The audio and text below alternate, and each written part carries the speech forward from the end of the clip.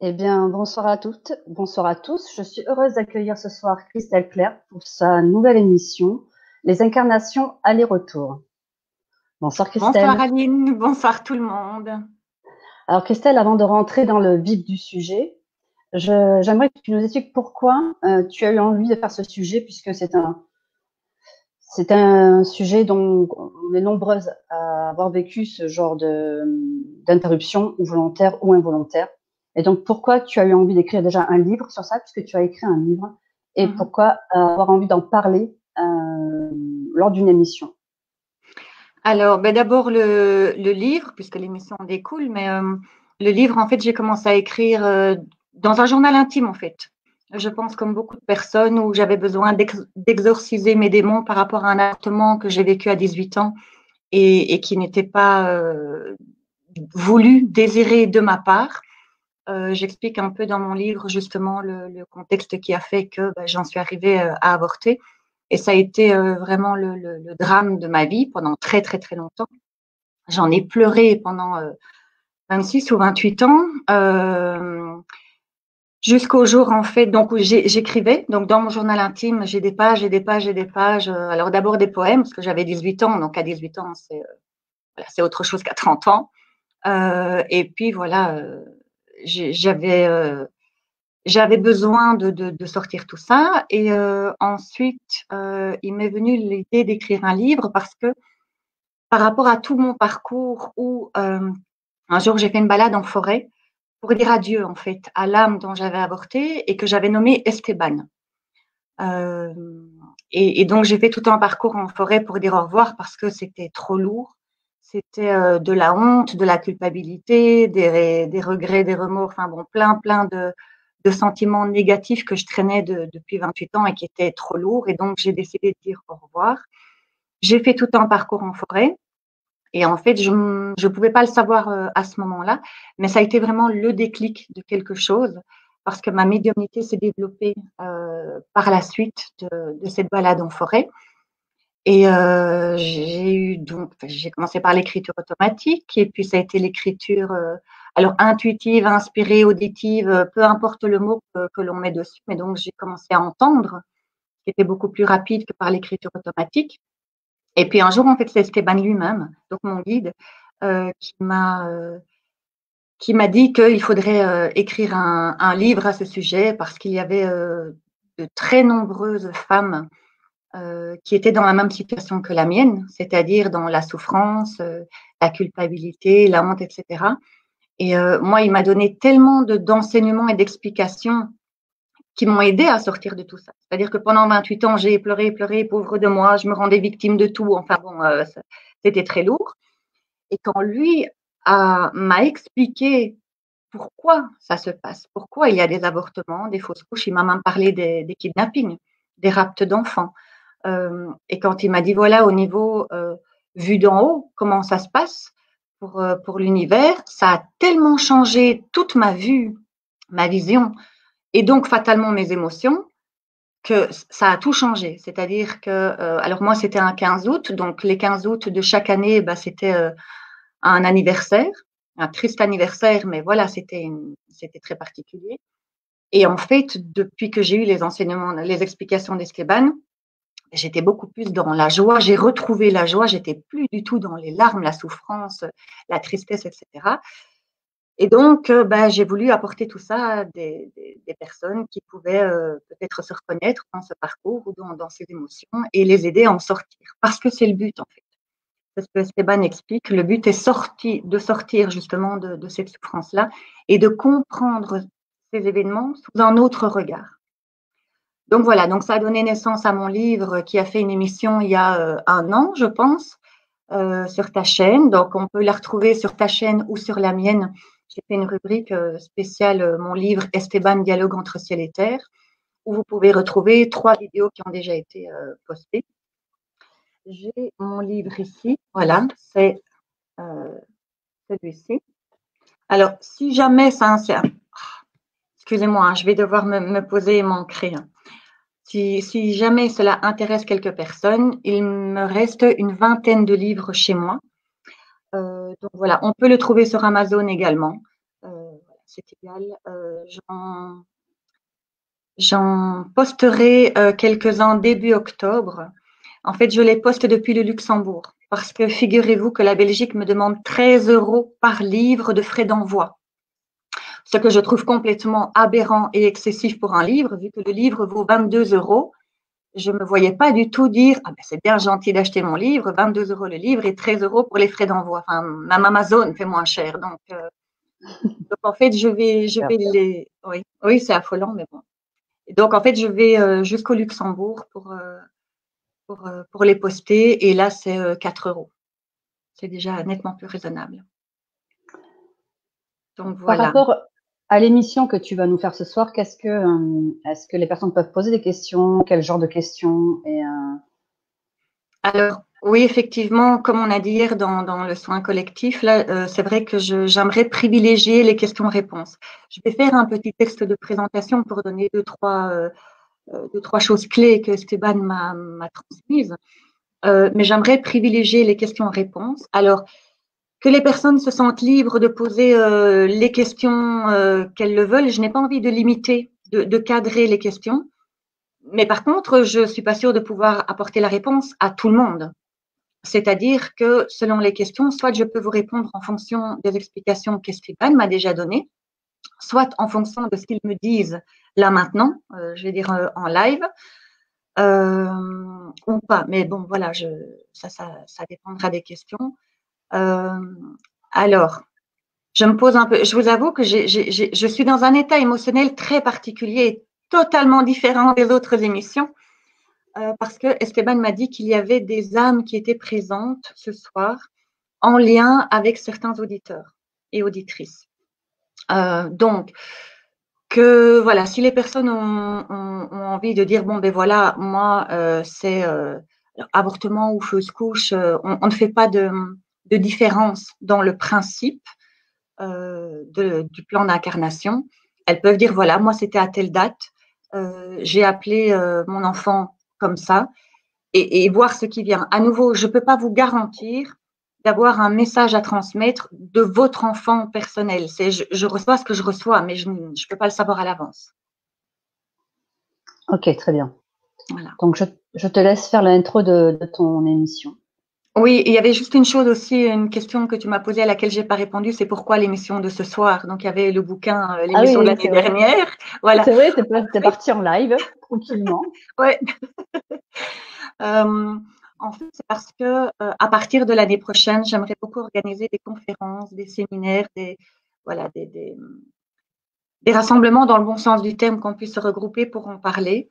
Et Esteban m'y pousse dans le sens où, si vous me connaissez, vous savez que je fais de la lecture d'âme, de la logosynthèse, des séances de médiumnité. Et en fait, mon chemin particulier, enfin vraiment personnel, est de parler beaucoup plus des enseignements d'Esteban concernant le plan d'incarnation sur ce qu'il appelle le chemin de l'aller-retour, c'est-à-dire on commence un processus d'incarnation, mais on ne le termine pas jusqu'au bout, c'est-à-dire avortement, fausse couche, ou alors on termine le plan d'incarnation, on est en tant que bébé sur Terre, mais on en part assez rapidement. Et donc, mon chemin à moi, c'est de parler de ce chemin-là, en fait. Et donc, ben, j'aimerais faire des conférences, des séminaires, mais rien n'est en place pour l'instant. C'est un projet. Et donc, Esteban, à un moment donné, m'a poussé en disant, l'heure n'est pas encore venue de faire des séminaires, des voyages, etc. Ça viendra. Mais commence déjà le processus d'en parler. D'où cette émission. Créer dans la matière pour voir se réaliser ses rêves. Voilà, bien dit, joliment dit. Ouais. Je suis experte en la matière, tu me connais bien maintenant. Oui. Ok, ça marche. Donc là, qu'est-ce que tu nous proposes? Tu vas nous faire un petit brin de lecture? Alors, une toute petite présentation. Esteban m'a demandé de vous lire 2 extraits particuliers. Il m'a donné les numéros des pages, en fait. Donc ça, je vais vous les lire. Mais je voudrais d'abord commencer par le fait de parler vraiment du plan d'incarnation, à savoir que c'est vraiment un chemin qui a été choisi. Donc, quand on fait son plan d'incarnation, on choisit, voilà, moi je voudrais vivre, j'ai besoin d'apprendre telle et telle chose. de vivre telle épreuve, enfin, ce que l'on va vivre vivre en tant qu'épreuve sur Terre, en étant incarné. Mais pour l'âme, c'est pas une épreuve en tant que telle, c'est un choix qu'elle a délibérément fait pour sa propre évolution. Comme par exemple, on pourrait donner une analogie avec un enfant en maternelle qui va ensuite passer à l'école primaire, au lycée, au collège, etc. À la différence qu'on pourrait demander à l'enfant, qu'est-ce que tu as envie d'apprendre aujourd'hui? Et il va dire, ah ben tiens, moi cette fois-ci, c'est plutôt les mathématiques. Et puis un autre jour, ce sera, moi c'est plutôt le côté artistique. Je voudrais faire un peu de dessin, de sculpture ou de peinture. Un autre va pouvoir dire, oh, moi je vais me la couler douce. Vous me mettez où vous voulez, je m'en fous, je fais rien du tout. C'est voilà, il y a toutes les possibilités.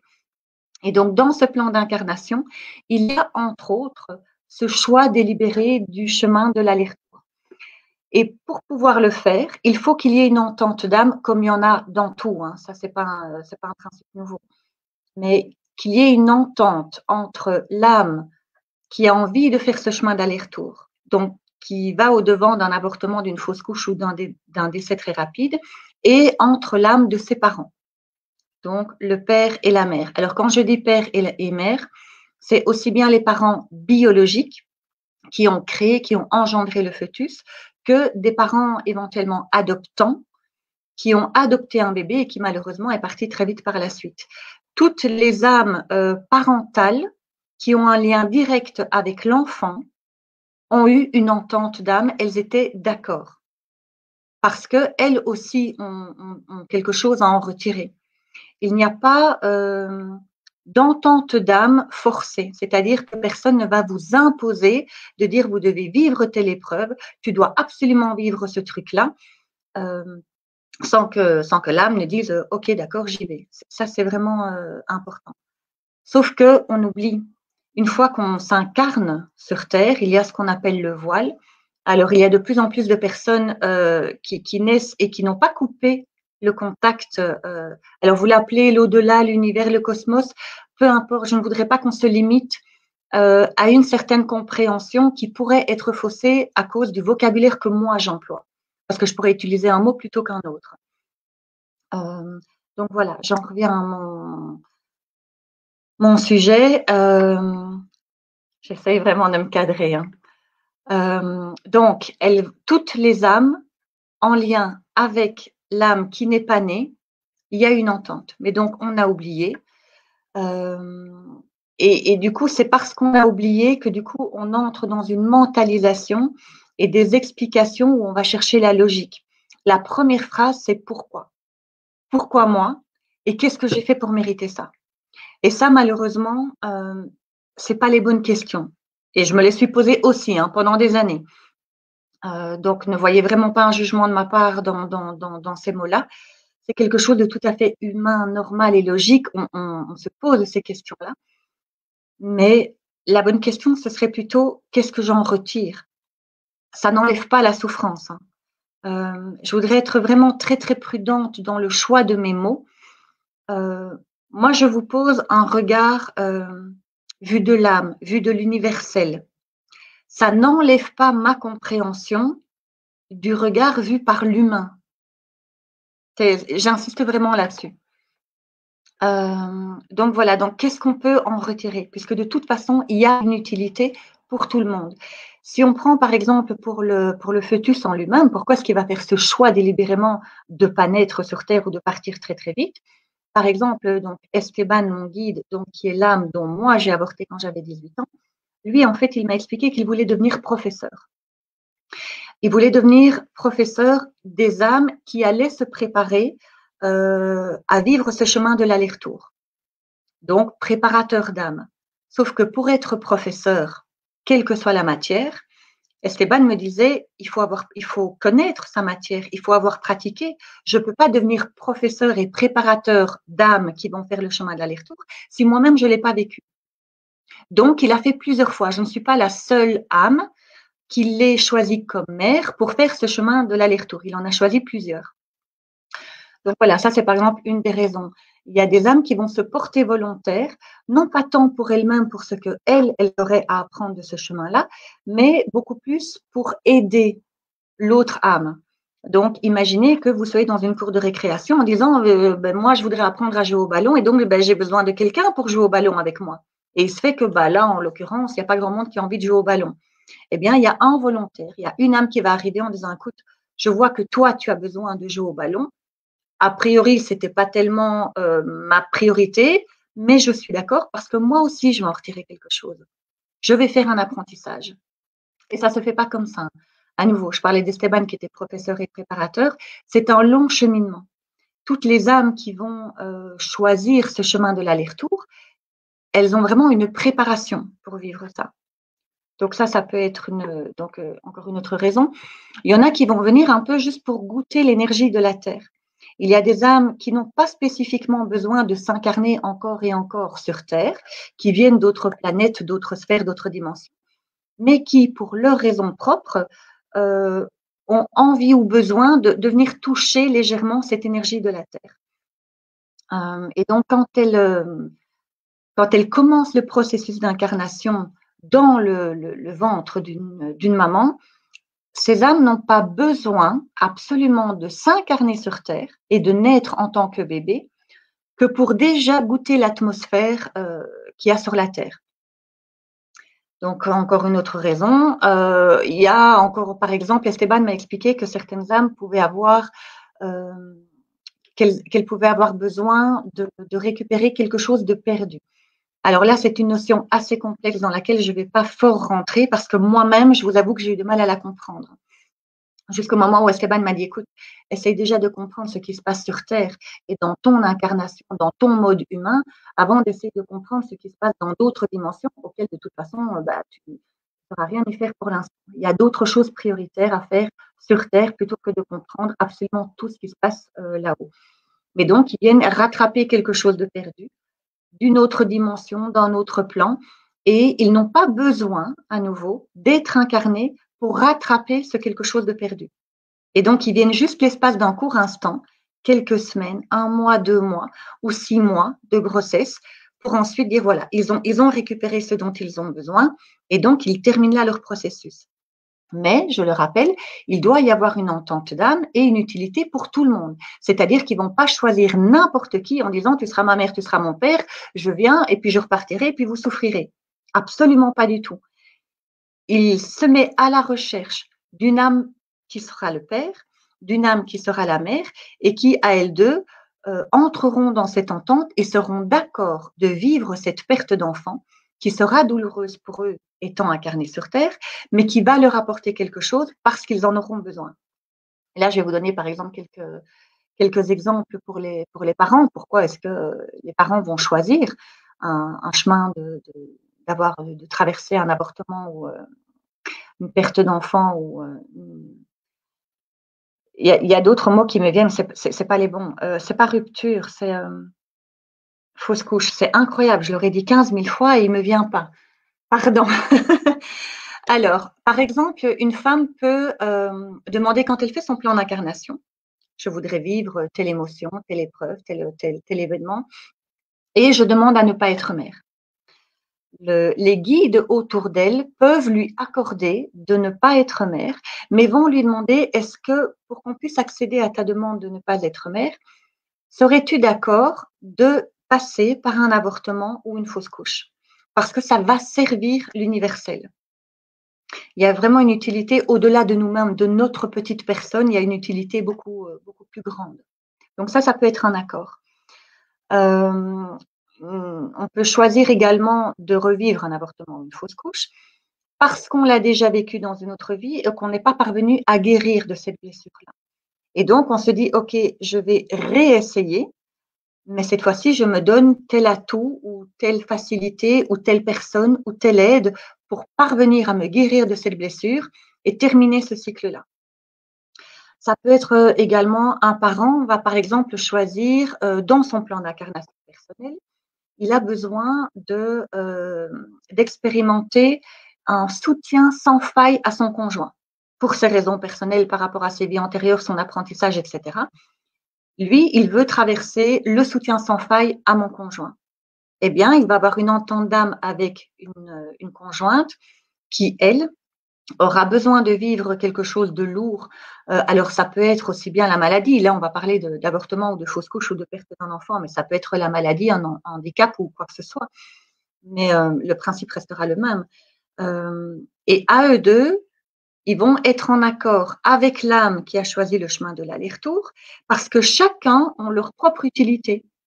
Le père va se dire, moi, cet événement va me permettre d'expérimenter le soutien sans faille de ma conjointe au travers d'une épreuve qui sera difficile, qui va la plonger dans la souffrance. Ça va pas être évident, mais moi, je vais pouvoir travailler ce soutien sans faille.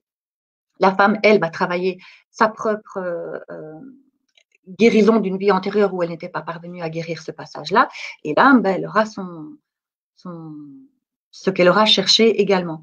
Donc, vous voyez, c'est très important de bien savoir que chaque âme a vraiment, il gagne quelque chose. Ça peut paraître très rude, et je le conçois, franchement, je le comprends. Mais chaque personne y gagne quelque chose. Maintenant, vous pouvez aussi très bien vivre un avortement relativement facilement, aisément, sans plonger dans la souffrance, sans plonger dans les larmes, la honte, la culpabilité. Voilà, vous êtes en accord avec votre choix. C'est ce qui s'est passé et voilà, je le vis bien. Ou même une fausse couche en disant, voilà, oui, c'est douloureux, ça fait mal, mais je continue, je vais de l'avant et je n'ai pas de joie gâchée. Ça, c'est ce que Esteban me dit jusqu'à l'instant. Il parle de joie gâchée. Et ça, c'est très important aussi. Il en parle dans le livre que la joie est très importante à pouvoir retrouver. Et à ce moment-là, le chemin de l'aller-retour, il va être beaucoup plus impactant et important, par exemple, non pas pour la personne qui le vit bien, mais pour le grand-parent, pour le frère ou la sœur ou pour l'autre enfant qui est déjà incarné. Mais il y a une personne dans l'entourage qui, elle, sera touchée par cet événement. Donc voilà, et dans le livre, alors là, je ne veux pas en parler longuement parce que sinon, je vais quand même repartir dans un monologue d'1 heure et c'était pas le but, mais il insiste beaucoup en disant il n'y a pas de jugement de la part de là-haut, de vos guides, des âmes, etc. Il n'y a pas de jugement parce qu'il y a vraiment une utilité et c'était écrit comme ça. Donc, il n'y a pas de pardon non plus à demander à l'âme de l'enfant, à ses guides, à Dieu ou à qui que ce soit qui vous vouliez, puisque c'était prévu comme ça. Et que donc, vous faites partie d'un tout qui a servi le collectif, malgré la souffrance qu'on peut en ressentir. Donc voilà, Aline, en gros, pour la présentation. Ok. Mais il y a des femmes qui ne souffrent pas de ça, en fait, ou alors qui en souffrent et qui le vivent bien aussi. Donc, ce sont des choix pour celles qui tombent enceintes et qui se font avorter et qui n'ont aucun regret. Ça, c'est l'idéal. Tu vois, le but, c'est quoi? Là, je fais mon bulot de base, en fait. Hein. Là, je non, mais te c'est pose bien, des tu fais questions bien. basiques de chez Basique. Parce que, par exemple, voilà, je tombe enceinte, j'en veux pas, j'avorte et je n'ai aucune culpabilité. C'est quoi le but de l'âme, quoi? C'est quoi notre but Alors moi, je l'ai vécu personnellement. Je l'ai vécu et je l'ai pas vécu bien personnellement. Par contre, je suis intimement persuadée que c'était le meilleur choix pour moi et pour lui. En fait, Oui, vu ma situation à l'époque, vu tout ça. Donc, je ne porte pas de culpabilité, mais j'y pense souvent. Mais sans culpabilité, en fait. Parce que ça, pour c'est le moi, scénario c'était idéal. Pardon. le mieux. Ouais, Ok. ok. Oui, il y avait un décalage, pardon. Ok. Oui, ça, c'est le scénario Non, vraiment ouais, idéal. j'ai une mauvaise connexion. Ah. Désolée. J'attends. Ok, d'accord, ça va, j'y vais. Ce que tu dis là, c'est le scénario vraiment idéal. C'est-à-dire qu'il y a une entente d'âme de telle sorte que la maman ne souffre pas, elle n'est pas en larmes dans la honte, la culpabilité, dans des choses lourdes. Ça l'empêche pas de vivre, ça l'empêche pas d'avoir sa joie et de continuer son chemin. Et elle a permis à une âme de pouvoir faire ce chemin de l'aller-retour dont il avait besoin. Donc ça, c'est parfait dans le sens où ça ne fait souffrir personne. Mais c'est notre condition d'humain. Il suffit qu'on ait été élevé dans un environnement familial ou éducatif catholique, par exemple, Là, on va s'entendre à coup de tu tues quelqu'un, ça ne peut pas, ou là, enfin, je dis catholique comme ça pourrait être d'autres religions, hein, je ne les connais pas toutes évidemment. Et en dehors même de la religion, parce qu'Esteban le dit aussi, la religion n'a rien à voir là-dedans, on parle tout simplement de croyances. Ce sont nos croyances qui vont faire qu'on va se juger bien ou pas bien. J'ai bien fait, je l'ai fait en âme et conscience et je sais, je sens que ça devait être comme ça, donc tout va bien. Ou je me sens pas bien du tout de l'avoir fait. Pourquoi? Parce qu'on m'a dit que la vie c'est sacré, qu'on ne peut pas avorter, que ceci, cela, enfin voilà. Mais ce sont des croyances ou ce qu'on a entendu aux alentours. Et donc le but est de se détacher de ça pour se recentrer sur soi-même et de parvenir, et c'est pas évident, c'est vraiment pas évident, mais de parvenir à se dire, OK, en dehors de tous les codes de société, de tout ce qu'on m'a dit, de tout ce qu'on m'a inculqué, de tous les jugements des autres, moi et uniquement moi, comment je me sens par rapport à ça? Et là, vous trouverez la réponse.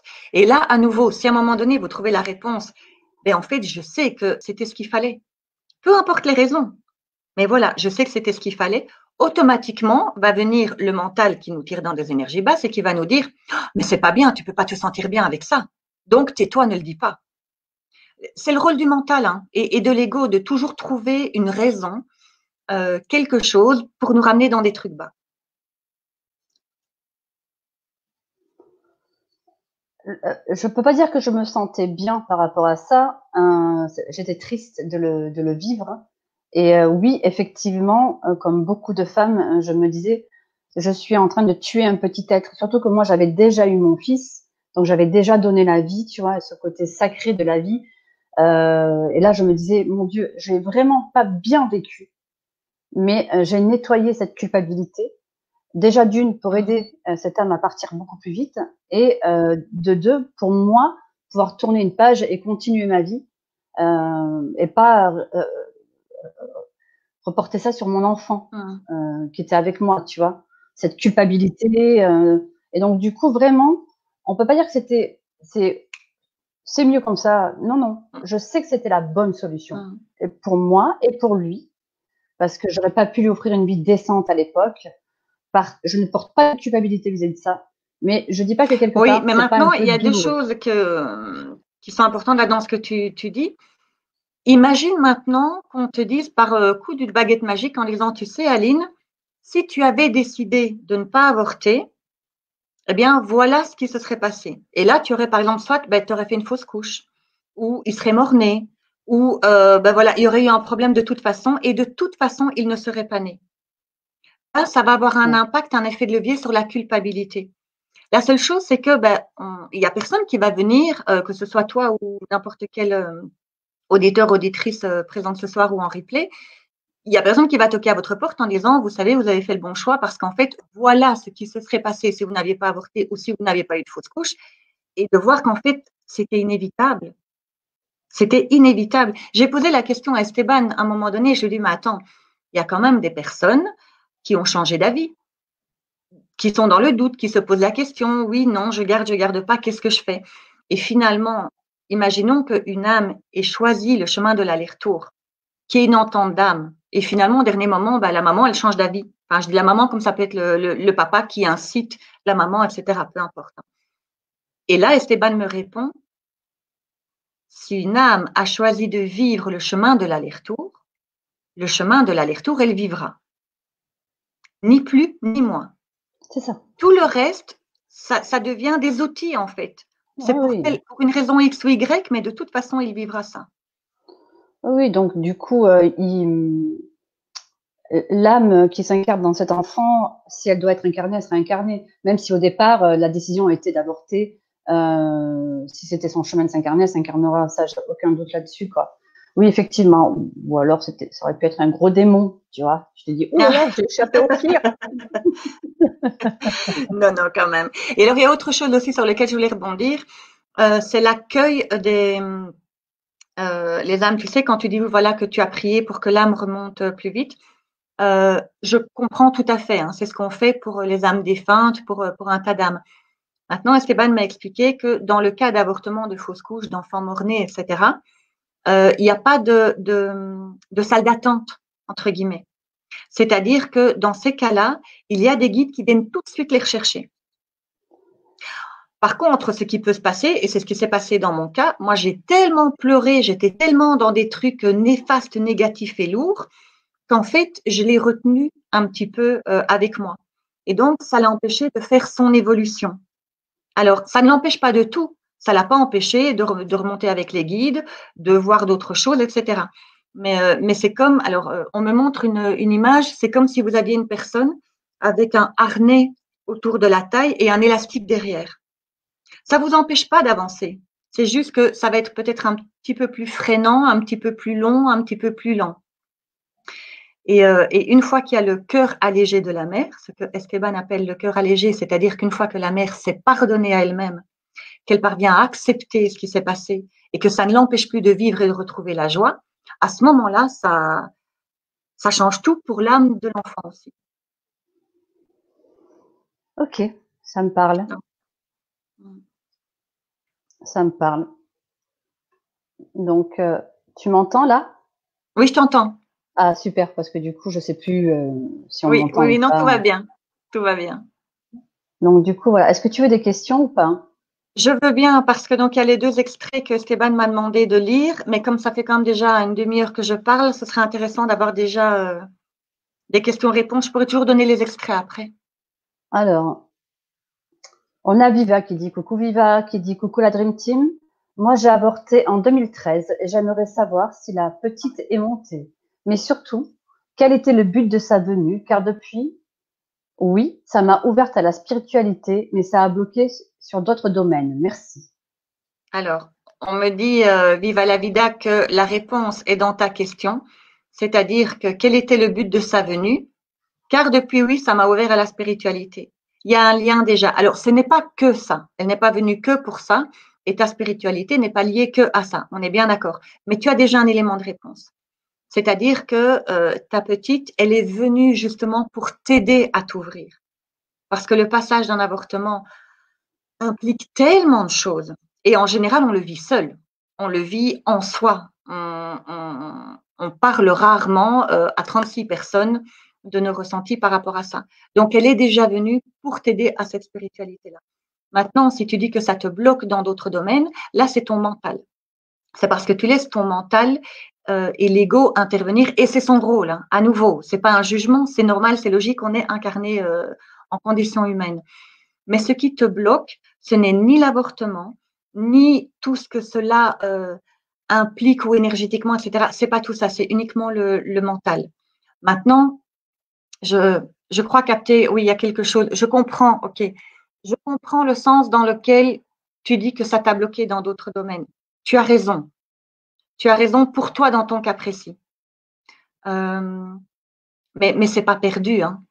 Je veux dire, si à un moment donné, tu as une voix, des aspirations qui ont été bloquées à un moment donné, si elles l'ont été à ce moment-là, c'est qu'il y avait une raison. Ça ne veut pas dire que tu ne les auras plus jamais sur ta route. Donc, ce qui a été bloqué un jour ne veut pas dire qu'il sera bloqué définitivement. Donc, continue ton ouverture parce qu'en fait, je vois une forme d'entonnoir pour toi. Donc, je sais que tu es déjà très, très ouverte, mais concernant ce blocage-là dont tu parles, t'inquiète pas, continue parce que je vais voir s'il y a d'autres messages. Est-ce que tu as d'autres enfants et notamment un fils, Viva la vida? Parce que moi, j'ai un message d'amour et de protection envers un fils. Une présence en disant que oui, elle est là pour toi, mais pas que pour toi. Apparemment, il y a un petit garçon aussi qui est là. Alors, quand je dis petit, il peut avoir 15 ans aussi. Hein, mais il y a de ça. Oui, ça tombe bien, parce que je ne l'ai pas dit dans mon introduction, dans ma présentation. Une des conditions pour qu'une âme qui choisisse le chemin de l'aller-retour, pour qu'on lui accorde que les guides qui valident le plan d'incarnation soient OK pour dire OK, tu veux faire le chemin de l'aller-retour, d'accord. Une des conditions sine qua non, oui, j'ai un gars, mais je pense que tu parles de Maël. OK. Excuse-moi. Une des conditions, c'est de devenir un… Oui, mais c'est le plus jeune des deux, Viva la vida. Alors, ta petite, elle est là pour les deux. Il n'y a pas de distinction. Oh, je suis là pour un, mais pas pour l'autre. C'est pas du tout comme ça se passe. Mais le plus jeune des deux, il y a quelque chose de particulier avec lui. Ils ont des contacts, ils ont quelque chose. Donc, alors, est-ce qu'ils communiquent entre eux?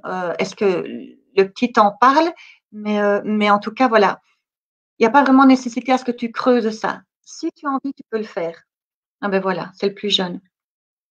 Mais voilà, sache que ce message t'est donné pour te rassurer. Pour te rassurer que oui, elle est bien là et pas seulement pour toi et qu'il y a vraiment quelque chose de magique qui se passe là, surtout avec le cadet. Donc, je reprends juste la condition sine qua non, c'était que l'âme qui a fait le chemin d'aller-retour devienne un guide. Donc, elle devient un guide pour ses deux parents, père et mère, et également pour les frères et sœurs, donc pour la fratrie. Ça peut s'étendre à, par exemple, aux grands-parents. Bien souvent, il y a beaucoup de grands-parents aussi qui sont inclus dans le processus. Mais donc, sachez que dès l'instant où vous avez connu un avortement ou une fausse couche, l'âme de ce bébé est près de vous. C'est systématique. Et Esteban m'a bien dit, il n'y a aucune exception. Aucune. C'est la condition sine qua non. Si l'âme n'est pas d'accord de devenir un guide pour les parents et la fratrie, alors le chemin de l'aller-retour lui est refusé. Donc voilà. Voilà pour Viva la vida. Ok, merci. Alors, je regarde si elle a mis d'autres com. Non. Je remonte. Alors, ensuite, on a Isabelle qui dit « Bonsoir Aline et Christelle, il y a une trentaine d'années, j'étais enceinte, mais d'un œuf clair. Il y a un an, lors de mon sommeil, une voix de fille m'a dit « Maman ». Avait-elle un message? Merci. Alors, coucou Isabelle, gros bisous. On en a déjà un petit peu discuté toutes les deux en privé. Alors, il y a une nuance entre œuf clair, comme tu dis, et avortement fausse couche. C'est-à-dire que plus le développement du fœtus a pu être en avant, a pu être fait, et plus, alors, non pas que le message soit lourd de sens, mais c'est comme s'il y a une intensité. Je réfléchis vraiment à mes mots pour essayer d'être au plus juste par rapport à l'explication qui m'est donnée. Alors, un œuf clair, oui, certes, il y a quelque chose. Il y a un signe, il y a une présence et qui vient près de toi. Mais puisque c'est œuf clair et que ça n'a pas été jusqu'à 2 mois ou 6 mois de grossesse, par exemple, ça implique à la base moins de souffrance possible. Et je dis bien possible, parce que ça dépend de chaque personne. On n'a pas toute la même sensibilité, on n'a pas toutes les mêmes interprétations et on ne va pas vivre le même événement partout de la même manière, c'est logique. Mais donc, toi, ce que tu voulais surtout savoir, c'est si elle avait un message. Alors, écoute, Isabelle, tu vas me comprendre puisqu'on discute en privé, mais ils me disent pourquoi elle ne demande pas elle-même. Et ça, on en a déjà parlé, Isabelle. Tu as cette capacité médiumnique, tu es en communication déjà, tu reçois, tu perçois, mais tu as toujours besoin d'une confirmation extérieure. Alors, je connais tes chiffres de lecture d'âme, hein, je sais que c'est très particulier pour toi. Je ne peux que te dire, fais-toi confiance, Isabelle. Tu le sais, tu l'as toi-même. Là, tu as beaucoup plus à travailler sur la confiance en toi et ta capacité de recevoir que vraiment sur la capacité elle-même à recevoir. Donc là, c'est très probablement pas le message que tu attendais ce soir, mais le message, c'est mes demandes et tu as. C'est même pas tu auras, c'est tu as. Donc voilà, je t'embrasse très fort, Isabelle.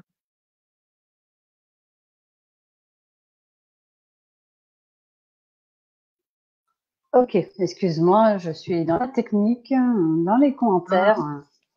Multipass. Alors, j'ai un retour de Viva. Juste que je suis perdue. Bonjour, je suis perdue. Alors, Viva dit « Oh, merci, je trouve beau ton message. Oui, comme dit Aline, j'ai un mental en béton armé, mais tu m'as donné beaucoup d'espoir concernant ce blocage. Tant mieux, je suis ravie. Super. Alors, je retourne à Nathalie R. Où es-tu, Nathalie? Là. Nathalie qui dit: j'ai fait 2 fausses couches juste avant mon dernier fils. Peut-il s'agir de la même âme les 3 fois? Merci Christelle. Ça peut tout à fait et ça se passe très souvent. Alors, à nouveau, c'est pas systématique. Donc, on ne va pas dire, dès qu'il y a une âme qui est avortée ou en fausse couche, d'office, si vous avez un enfant après, c'est la même âme. Ce n'est pas systématique. Mais dans 90% des cas, c'est le cas. Ça arrive très, très souvent. Parce qu'en fait, à nouveau, il y a une utilité, il y a quelque chose. C'est-à-dire que ce qui est assez troublant, c'est que on va dissocier dans notre mental, on va dissocier 2 personnes. Il y a l'âme dont on a avorté ou dont on a fait une fausse couche, et puis l'âme de notre enfant qui est incarnée. Et donc, rendez-vous compte, en fait, vous aimez votre enfant incarné, vous prenez dans vos bras, il y a le câlin, il y a tout l'amour que vous avez pour lui. Et à côté de ça, vous pouvez, et je dis bien vous pouvez, c'est potentiellement ressentir une légère une tristesse ou quelque chose d'un peu moins marrant à vivre, alors qu'en fait, l'âme pour laquelle vous êtes triste est précisément devant vous incarnée. Mais ça, le mental ne le sait pas. Donc, c'est pour ça qu'on appelle vraiment à s'élever, à prendre du recul, de la hauteur dans le regard que l'on porte sur tout ça, parce qu'en fait, toute cette souffrance ou cette vue, on peut se tromper, et on se fait mal pour rien du coup. Donc, alors oui, toi, tu veux savoir si c'est la même chose, tu veux une confirmation. Alors, on me dit oui. Ah, tiens. Alors, on me dit en fait que les 2 étaient prévus. Les 2 fausses couches étaient prévues, mais la première a été écourtée. C'est-à-dire que même si elles sont prévues toutes les 2, la première, il y avait un goût d'inachevé. Et donc, s'il se réincarnait de suite jusqu'au bout, donc en tant qu'enfant incarné, le premier chemin n'était pas complet. Donc, il y a vraiment une continuité et je vois très fort un lien entre la première et la deuxième fausse couche, il y a un lien très, très fort, et ensuite la troisième qui mène à l'enfant. Donc, oui, voilà pour Nathalie, il y avait confirmation. Merci Christelle. On a un retour de Isabelle qui dit: oui, je n'en ai pas souffert, je n'ai pas essayé, c'est vrai. Je vais essayer. Merci Christelle. Donc, elle va essayer de communiquer avec. Ouais, super Isabelle, oui. Donc, excuse-moi, je remonte le temps que je me retrouve. Alors, elle a fait plusieurs coms, donc je vais te les lire. Bonsoir Christelle, moi j'ai plusieurs questions. Je vais les mettre dans l'ordre d'importance. Après, si tu as le temps de répondre, prends celle qui te parle le plus. Ok. En 2012, j'étais en Nouvelle-Zélande et j'avais un copain irlandais. Je suis tombée enceinte, mais comme ça faisait peu de temps que l'on se connaissait, j'ai fait un avortement. J'ai trouvé cela désagréable d'être enceinte et en plus l'avortement a failli me tuer. Malgré tout, j'ai appelé cet enfant Jack et parfois je pense à lui. Ensuite, deuxième question, ma mère adoptive avait un lupus et des difficultés à garder des fœtus. Elle a fait 11 fausses couches et ne s'en est jamais vraiment remise. Qu'est-ce que ça veut dire? Alors attends, je cherche l'autre. Tansanov. Sinon, puisque ça parle aussi indirectement d'incarnation, j'ai du mal à comprendre pourquoi je suis sur cette terre. Ma mère biologique est en fait ma tante et elle m'a donné à sa sœur pour la sauver du suicide. Ma mère adoptive est morte il y a 27 ans et ma tante ne veut pas m'aider à trouver mon père biologique. Alors, bonsoir Sanastov. Je vais me limiter à la première et la deuxième question parce que la troisième question, donc par rapport à voilà la mère adoptive confiée à ta mère, à ta tante, pardon, Voilà, tout ça relève beaucoup plus d'une lecture d'âme, de médiumnité, de vie antérieure, de soins énergétiques, etc., mais moins lié au sujet spécial du jour. Et puis, voilà, c'est pour pas m'étendre trop et permettre à tout le monde de poser sa question. Alors, pour l'avortement que tu as fait en 2012, je trouve ça très bien que tu l'aies prénommé, tu lui aies donné un prénom et que tu lui parles.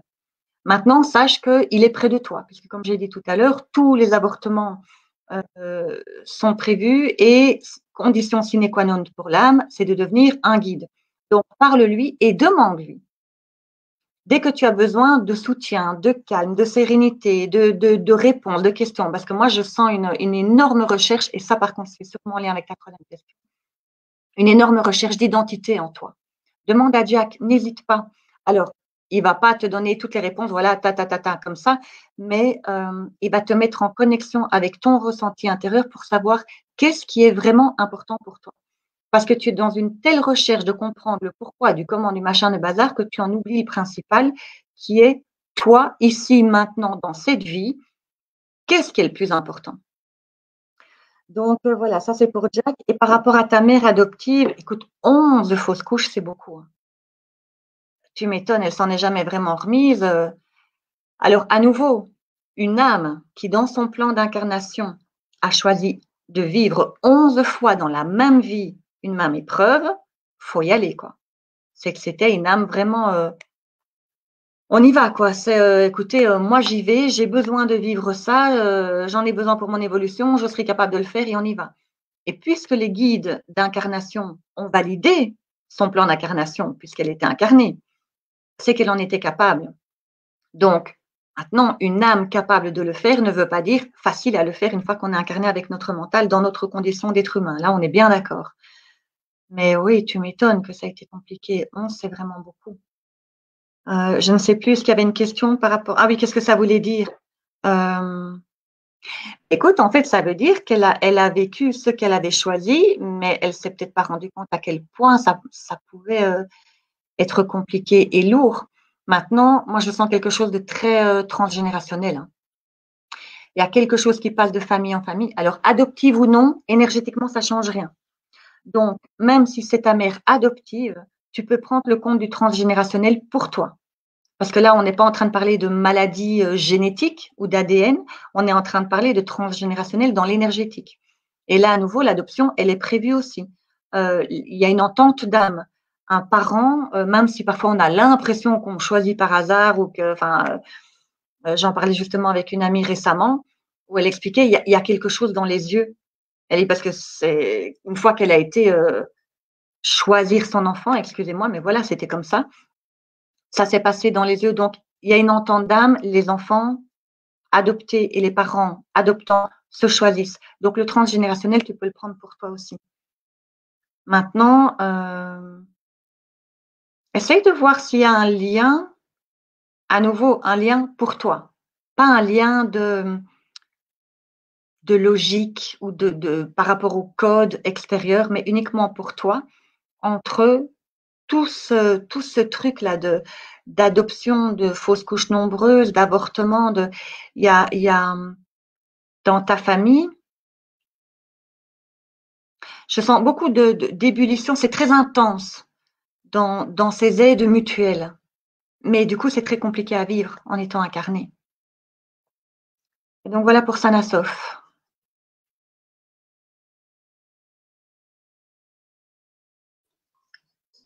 Merci. On a un retour de Nathalie qui dit « Merci Christelle, tu me confirmes ce qu'on ben a voilà, déjà oui. dit. » Alors, touc. Alors là, du coup, ça c'est là. Alors, on a Poppy qui dit « Bonsoir à tous, qu'en est-il quand un des jumeaux meurt en intra-utérine et des grossesses extra-utérines? Merci. » Alors, quand un jumeau meurt au cours de la grossesse, c'est exactement le même principe, le même fonctionnement, les mêmes raisons que tout ce que j'ai dit au départ de l'émission, à la différence qu'il a été accompagné pendant ce chemin-là d'un autre jumeau qui, lui, n'avait pas décidé de faire le chemin de l'aller-retour, mais de continuer jusqu'à naître sur Terre. Mais il y a une entente entre les deux jumeaux aussi, puisque une âme qui choisit un chemin de l'aller-retour, elle a besoin de l'accord des âmes les plus proches autour d'elle qui vont être impactées par ce chemin-là. Par définition, son jumeau a dû marquer son accord. Et donc, son jumeau, s'il acceptait, c'est parce que lui en retirait un apprentissage. Mais maintenant, dans ton cas, je ne sais plus quel est le prénom, pardon, mais dans ton cas, moi, ce que je ressens, c'était plutôt le jumeau qui est resté, qui était aidant. Poppy, voilà, merci. C'est le jumeau qui est resté, qui accompagne. Il y a vraiment un flux, comme ça, je vois un flux entre les deux, mais avec le jumeau qui est resté, qui est plus costaud, en fait. Et il a une consistance plus épaisse, plus forte. Et donc, il y a vraiment eu un partage, à savoir que ce partage ne se termine pas une fois que le jumeau est mort et qu'il est parti et que l'autre jumeau naît. Hein. Ça perdure dans le temps et tout au long de sa vie. Et donc voilà. Et pour les grossesses extra-utérines, écoute, là, je ne saurais pas quoi te dire, dans le sens où bon, c'est purement médical. Je vais voir si j'ai un message, mais non. Oui, ce qu'on me dit, c'est que, excepté, enfin, à la différence de détails techniques médicaux, le principe reste le même aussi. On voit vraiment le fonctionnement. C'est comme si maintenant je vous expliquais, c'est marrant, on me montre l'image d'un moteur. C'est comme si je vous expliquais comment fonctionne un moteur. Alors, j'y connais rien du tout, hein, mais avec des soupapes, le filtre à huile, le carburant, machin et tout, je vous expliquais tout ça. Et puis qu'on me dise, ah oui, mais alors Ferrari c'est comment, et Renault c'est comment, et Peugeot c'est comment, enfin voilà, pardon pour les marques, mais ça reste le même principe d'un moteur, avec les spécificités de chaque marque, mais le principe même du moteur reste le même. C'est la même chose ici. Donc là, je n'aurais pas plus à dire pour une grossesse extra-utérine. J'ai bien aimé l'image du moteur. Oui, bah, merci. Merci Lao. Alors, Sanasof donc te répond, oui, mais on partage quand même de l'ADN. C'est en réalité ma tante biologique. Par contre, elle était très perturbée psychologiquement et je me demande même si elle ne s'est pas suicidée finalement. Oui, alors ça reste dans le transgénérationnel. Maintenant, si à l'ADN, ben, ça va être d'autant plus marqué. C'est comme si tu avais une corde. Ah, décidément, il fonctionne avec. On me montre plein de cordes différentes, tu vois, de transgénérationnel. Et on me montre une corde fine et puis une autre qui s'ajoute. Donc, tu as le transgénérationnel énergétique et puis comme s'il y avait une autre corde où c'était le transgénérationnel ADN. Bah, elle vient se rajouter. Donc, ça la rend encore plus intense et plus forte et plus présente. Et plus lourde aussi pour toi à vivre Sanasof, mais là est le but, quelque part, de l'incarnation. Ok. Là, on a Mariella qui a 2 commentaires, qui dit: Bonsoir, j'ai subi une IMG avant la naissance de ma fille et j'ai subi une autre intervention porteur de la trisomie 21 avant la naissance de mon deuxième enfant. Il est vrai que ce n'est pas simple de vivre ce genre de situation, mais pourtant, j'ai toujours pensé que c'était la bonne solution. Alors, Parfait. Parfait. Ça, c'est comme on disait tout à l'heure. Au moins, tu es en paix avec toi-même, Mariella. À partir du moment où pour toi, c'est la bonne solution, et à partir. Si vous avez un message pour m'éclairer pour prendre ces 2 situations, je suis sûre que cela serait bénéfique pour mon évolution personnelle. Énorme merci. Ouais. Moi, Mariella, je te sens très ouverte. Alors, je te sens très en paix, mais à la recherche d'un OK, ben ça m'apprend quoi? Donc, je ne ressens pas de lourdeur. Tu vois, comme je parlais en début d'émission, la honte, la culpabilité, les larmes, c'est lourd, etc.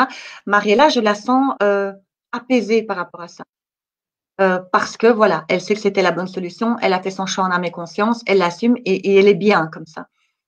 Mais je ressens qu'elle a plus besoin de se dire, bah ça m'apporte quoi. Alors, il y a des connexions. Alors attends.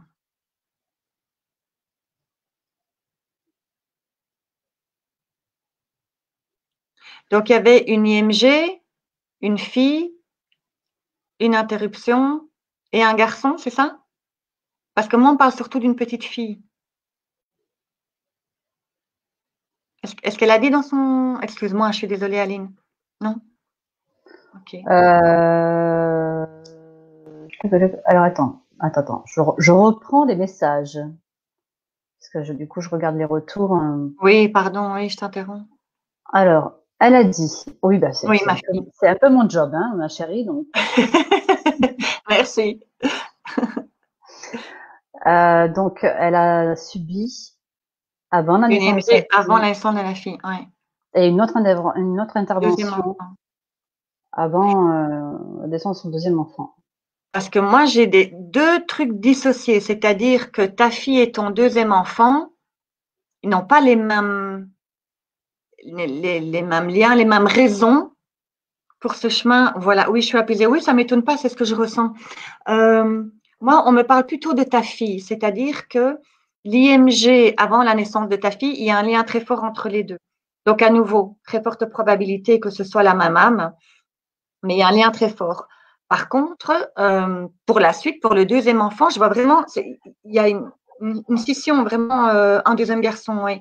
Je sens vraiment, c'est à part. Ne pense pas, si, pense comme tu veux. Tu voyais, je me reprends, pense exactement comme tu veux. Quoi que je puisse te dire, pense comme tu veux. Mais ce que moi je ressens, c'est la fille d'un côté avec l'IMG et d'un autre côté, l'interruption de grossesse et puis le garçon. Ce sont deux apprentissages qui se regroupent dans le chemin d'aller-retour, fatalement, mais pas pour les mêmes raisons. En fait, on me dit que tu es une mère accueillante. Tu es une maman accueillante. J'ai un coup de chaleur. Écoute, on me montre une maman qui est tellement à l'écoute de ses enfants, mais pour qui ils sont. Pas du tout en disant je veux que tu sois comme ça, je veux que tu deviennes comme ça, mais tellement tiens, montre-moi qui tu es. Toi, mon enfant, toi, ma fille, toi, mon garçon, et une maman très accueillante de tout ça. Et écoute, j'ai un coup de chaleur tellement ça me… Et avec des frissons en même temps, c'est très spécial.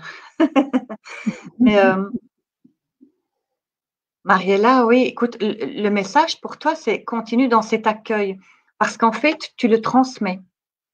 Alors pour toi, ça te paraît naturel. Hein. Tu vas pas être épaté par ce que je te dis parce que ça paraît naturel, mais moi, dans le ressenti que j'ai de ton énergie, c'est pas naturel comme ça pour tout le monde. Hein. Donc, et il y a une notion de transmission. C'est-à-dire que par rapport à ta fille, la transmission de ton vécu, de ton ressenti, de la vision que toi tu vois sur ces événements, elle est importante pour ta fille. Non pas qu'elle ne le soit pas pour ton garçon, mais dans une autre mesure. Mais pour ta fille, oui. N'hésite pas, quand elle a l'âge, quand toi tu le sentiras, de partager sur tout ça, parce que ta transmission est importante. Voilà pourquoi tu as vécu ça. À dire oui, je le comprends comme cela. Ouais. Et c'est exact, j'en ai des frissons. Super. Ok. Écoute, Mariella, tu peux te vanter d'avoir été la première à me donner et des frissons et un coup de chaleur en même temps. J'avais jamais vécu ça. C'était soit l'un, soit l'autre, et là, j'ai les deux en même temps. Mais voilà, merci, Mariella. Alors là, on n'a pas de prénom. Et elle dit « Bonsoir, j'aimerais savoir si au cours de sa vie, si on a eu plusieurs avortements ou fausses couches conscientes ou inconscientes, cela signifierait un projet d'incarnation qui empêche l'enfantement, tant que l'on n'aurait pas conscientisé ou guéri le lien avec cette âme, si elle est unique ou chacune de ces âmes si multiples. » Alors, il n'y a absolument aucun lien avec l'enfantement. C'est une question que j'ai posée à Esteban et que j'ai transmise dans le livre, justement, où il explique que jamais, jamais, jamais, un avortement va justifier que l'on n'enfante plus par la suite. Et même dans le cas où, parce qu'il m'expliquait qu'il y avait des cas où l'avortement a effectivement créé un non-enfantement par la suite, c'est-à-dire qu'il y a une raison purement technique, médicale, suite à l'avortement qui fait qu'il n'est plus possible d'enfanter, mais ça reste toujours dans le plan d'incarnation de c'était prévu. Je parlais tout à l'heure d'un exemple d'une âme qui dit, voilà, moi je souhaite ne pas devenir mère, Et le guide lui dit, d'accord, pour accéder à ta demande de ne pas devenir mère, est-ce que tu es d'accord de vivre un avortement ou une fausse couche? L'âme répond oui ou non. Dans le cas présent, elle répond ok, d'accord. Et donc, elle va vivre un avortement. Et par la suite, s'il y a quelque chose de technique, une raison médicale, une complication ou quoi que ce soit qui fait que effectivement c'est bien l'avortement qui, médicalement parlant, empêche l'enfantement, c'était prévu comme ça aussi. Mais vous pouvez avoir exactement le même cas sans qu'il y ait de problèmes techniques, je veux dire, où l'utérus, pourrait encore accueillir un enfant, mais ne le fera pas pour multiples raisons. Mais donc, ça ne change absolument pas tout le principe général. Et donc, j'allais dire, ne croyez pas. Et je me reprends en me disant, mais arrête de leur dire ce qu'ils doivent penser ou croire, parce que je veux toujours dire, croyez ce que vous voulez, pensez ce que vous voulez. Donc, il faut que je change mon vocabulaire. Enfin, je souhaite changer mon vocabulaire. Donc, revenons à l'essentiel. Je peux comprendre que des personnes se diraient, j'ai avorté et maintenant je ne sais plus avoir d'enfant. Donc, je suis punie. Ça, ce sont des croyances. C'est l'éducation, c'est la religion, ce sont des croyances, ce que l'on a entendu, voilà. Mais ce n'est pas du tout la réalité des choses. Pas du tout. Il n'y a pas de punition. Hein. Esteban le dit bien aussi dans le livre. Il n'y a pas de punition. Et il le dit à un moment donné, il dit, comment voulez-vous que on vous punisse à partir du moment où vous êtes là pour nous, c'est vos corps charnels qui ont permis aux âmes de faire ce chemin d'aller-retour. Elles ont demandé, mais s'il n'y a pas de corps charnel pour le faire, on le fait comment? Donc, il n'y a pas de pardon à rechercher de là-haut, il n'y a pas de jugement à avoir de là-haut. Donc, voilà, ça c'est vraiment croyance. Croyance, croyance. Gros bisous, Mariella. Allez, je remonte.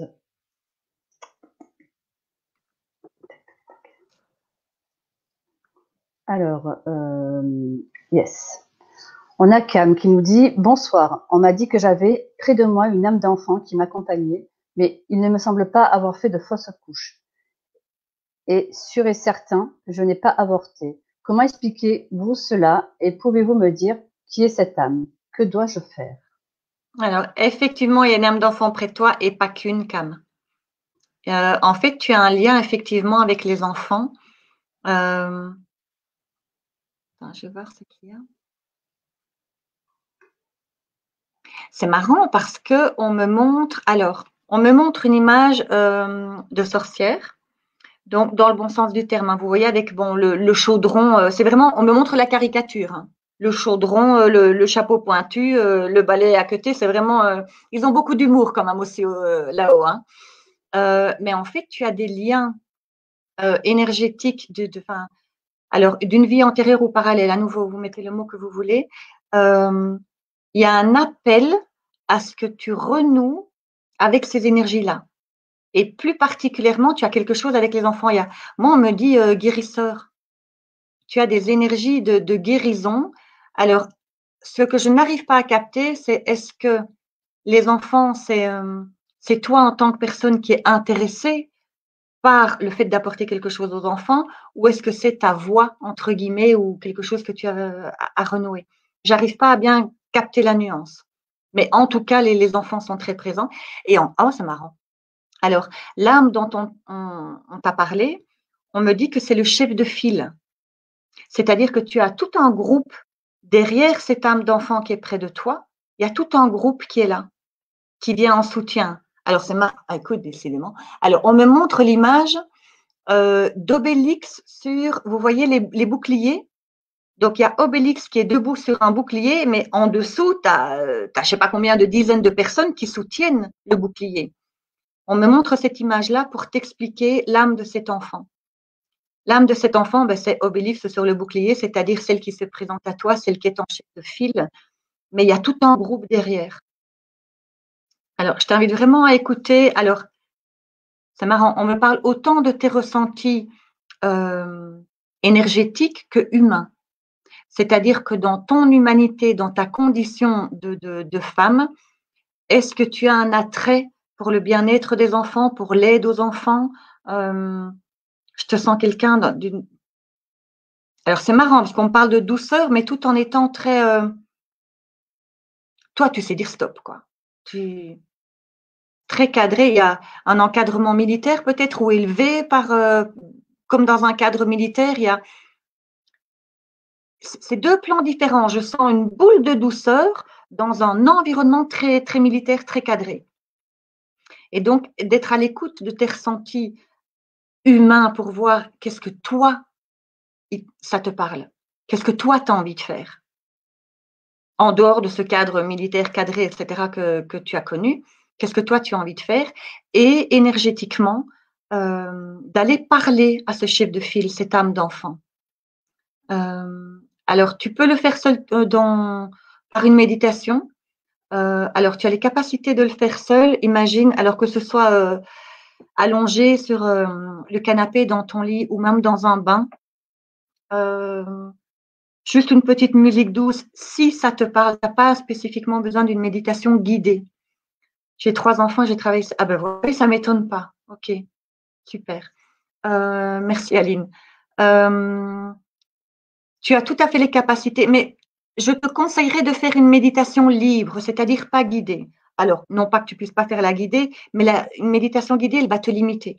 C'est-à-dire que si tu entends la voix, elle va te mettre en relaxation, te détendre, t'amener vers ton guide, commencer à parler. Et à un moment donné, la méditation guidée, elle va te stopper. Elle va te ramener en disant, ben voilà, inspirez, on revient. Et toi, tu as besoin de beaucoup plus de temps. Quand je dis beaucoup plus de temps, c'est parce que ce chef de file, il a pas mal de choses à te dire. Et toi, tu as beaucoup à lui dire aussi. Vous avez vraiment un long dialogue à avoir tous les deux. Et c'est dans ce sens-là que je te dis qu'une méditation guidée pourrait te limiter. Maintenant, à nouveau, je te parle comme je te parle, prends ce qui te parle toi.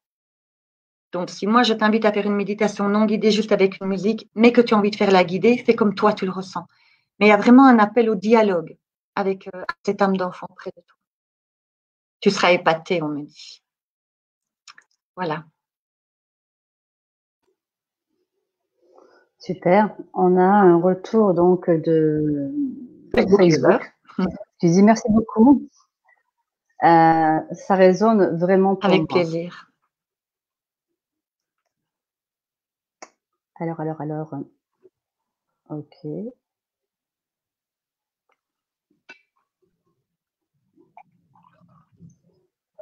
Carole qui dit « Bonsoir, ma mère a perdu son premier enfant à la naissance. Il aurait dû s'appeler Thierry. On me dit souvent qu'il est accroché à moi et ce prénom me poursuit dans la vie. Avez-vous un message ?» Oui. À chaque fois que tu entends le mot Thierry, que tu le vois, que tu le lis, que ça intervient dans ta vie, et y compris juste T-H-Y. Alors, je ne sais pas pourquoi, mais si tu vois T-H-Y, considère aussi que c'est Thierry. Tu peux considérer que c'est un signe de sa part. En fait, il vient pour toi. C'est pas que des petits coucous. Il y a des coucous, je suis là, je veille sur toi, je suis ton guide, je suis là pour toi. Mais il y a vraiment là aussi un enseignement. Il y a un potentiel d'enseignement là. Donc, je t'inviterai, chaque fois que tu entends, lis ou vois le mot Thierry ou T-H-Y, prends ça comme sa présence qui t'est manifestée à toi, parce que sa présence est toujours là, même si elle n'est pas manifestée, elle est toujours là. Parle-lui. Alors, moi, on me dit, demande-lui absolument tout et n'importe quoi. Et c'est marrant, il y a une notion de jeu. Alors, de jouer l'un avec l'autre. C'est-à-dire que tu auras peut-être du mal à y croire ou à oser y croire. Et donc, peut-être je sais pas, il y a une notion très jouette dans cette relation-là. C'est vraiment une fratrie sympathique, je trouve. J'ai l'image en fait d'une fratrie, donc un frère et une sœur qui font un petit peu les 400 coups à eux deux.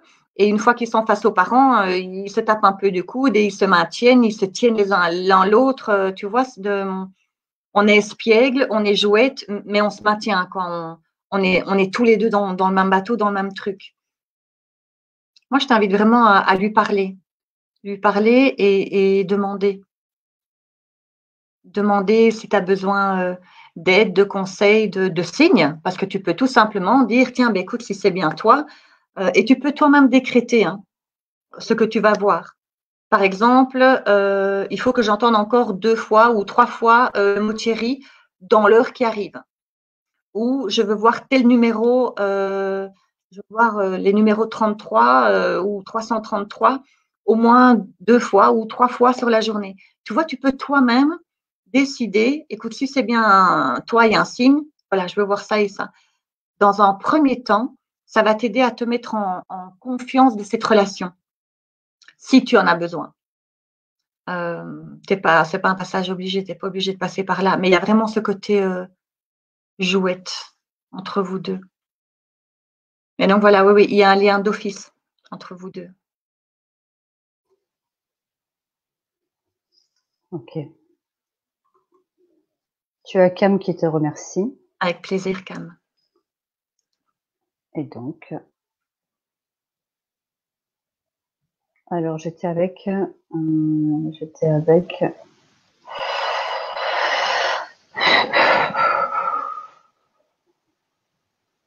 Carole. J'étais avec Carole. Donc, Marielle, c'est fait.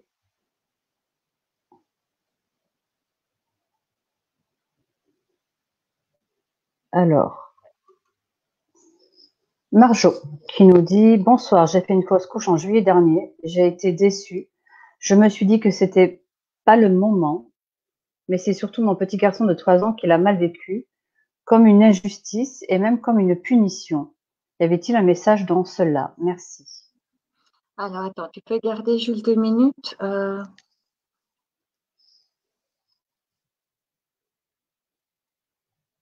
L'injustice et la punition, en fait, ton petit garçon, c'est un reflet parce que toi, tu parles de déception pour toi, Marjo.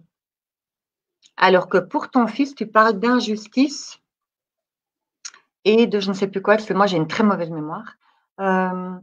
Mais oui, injustice et punition. Oui, alors, tu peux considérer que ce que ton petit garçon a vécu de cela, donc l'injustice et la punition, c'est sous-jacent en toi.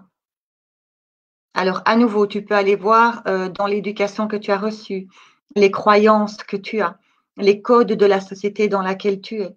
Parce que tu parles de déception, mais déception de toi-même, déception des attentes que tu avais. Tu vois, ce serait intéressant d'aller creuser. C'était quoi exactement cette déception? Déception de quoi et pourquoi? Parce qu'en fait, plus toi tu vas résoudre pour toi-même, plus ton fils va le résoudre. Il y a vraiment cet effet miroir entre vous deux. Maintenant, attends, je vais voir, parce que ton petit garçon, là, il est très espiègle, hein, très. C'est marrant parce que je le vois faire des grimaces comme ça, faire semblant d'être fâché. Donc, je le vois très rieur, très espiègle, et à un moment donné, il fait semblant, mais tu le vois clairement que c'est un jeu, et il fait comme ça, mais dans le jeu. C'est vraiment comique. Donc, injustice et punition. Alors oui, là on me parle, tu peux adoucir son sentiment à lui. Euh,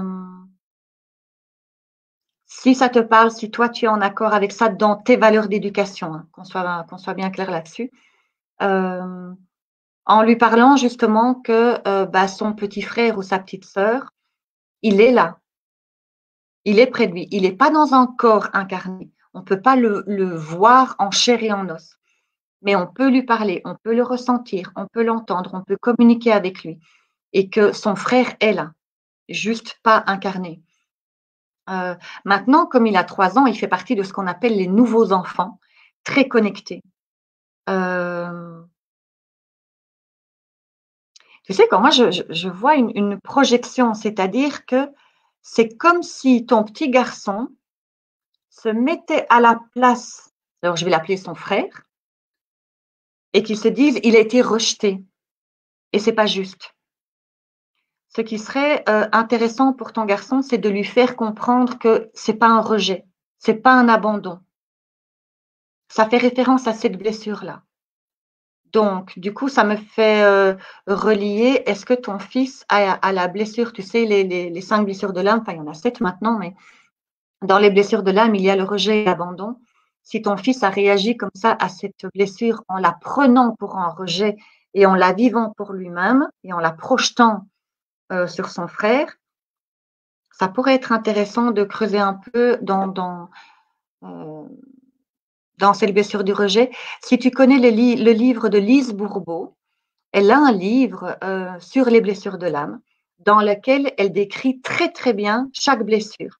Elle décrit même morphologiquement parlant, dans la personnalité.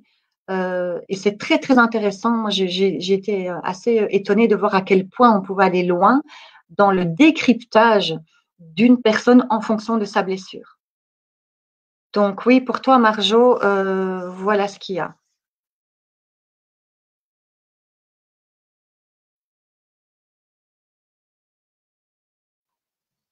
Merci. Tu as Carole qui te remercie et qui te dit je vais le Avec faire. grand plaisir, oui. Alors là, j'ai Luciole qui a un commentaire, mais c'est pas, elle pose pas de questions, donc je ne sais que faire de ça. Pose toujours, on va voir ce qui vient. Ma mère a eu une fausse couche avant ma sœur qu'on lui a dit. Mon magnétiseur m'a dit que j'avais été avec un autre œuf dans le ventre de ma mère, mais là, elle n'est pas au courant. Alors, attends.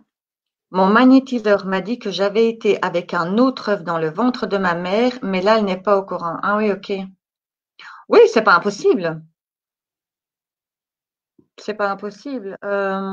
Et ma mère a fait une fausse couche avant ma sœur, qu'on lui a dit, donc elle n'était pas au courant non plus.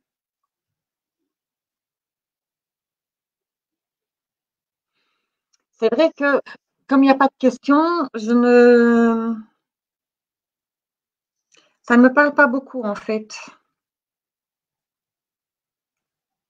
Moi non plus. Je suis désolée, ça ne me parle pas et je n'ai pas d'autres messages. Donc, Ok, Élise qui dit bonsoir. Une âme pourrait-elle faire des allers-retours jusqu'à ce que la femme puisse être assez consciente ou éprouver du désir d'enfant et de le créer dans sa vie? uniquement si c'est le but, parce que pour être assez consciente ou éprouver du désir d'enfant, il faudrait que ce soit dans son plan d'incarnation. Là, à nouveau, c'est nous en tant qu'êtres humains où on va dire oui, mais c'est jusqu'à ce qu'elle comprenne que c'est génial d'avoir un enfant, ou jusqu'à ce qu'elle ressente enfin le désir d'avoir un enfant. Mais ça, c'est nos codes de société, nos croyances. Les ados actuellement qui disent ah ben moi je veux pas d'enfant, on est encore dans une société où la réponse majoritaire qui va arriver, c'est ah bon? Bah oui, enfin à quel moment il est dit que parce qu'on est femme et parce qu'on a la possibilité technique d'avoir un enfant, que ben, du coup, on est obligé de le faire. Bah non, c'est personnel en fait. On sait pas parce qu'on peut que qu'on doit le faire. On le fait si on le veut. Maintenant, cette personne, si elle n'a pas le désir d'enfant, qui dit qu'elle doit vivre des choses jusqu'à avoir le désir d'enfant? C'est pas dit non plus. Tout ça fait partie d'un plan d'incarnation. Maintenant, il me semble que tu parlais d'une autre personne. Peut-être que si toi, tu as un désir d'enfant, face à une personne qui ne ressent pas ce désir d'enfant, il y a quelque chose où vous ne vous rejoignez pas et donc toi, tu vas te projeter sur elle, elle va se projeter sur toi, enfin, et réciproquement. Mais vivre autant d'avortements ou de fausses couches jusqu'à ce qu'elle ait le désir d'enfant.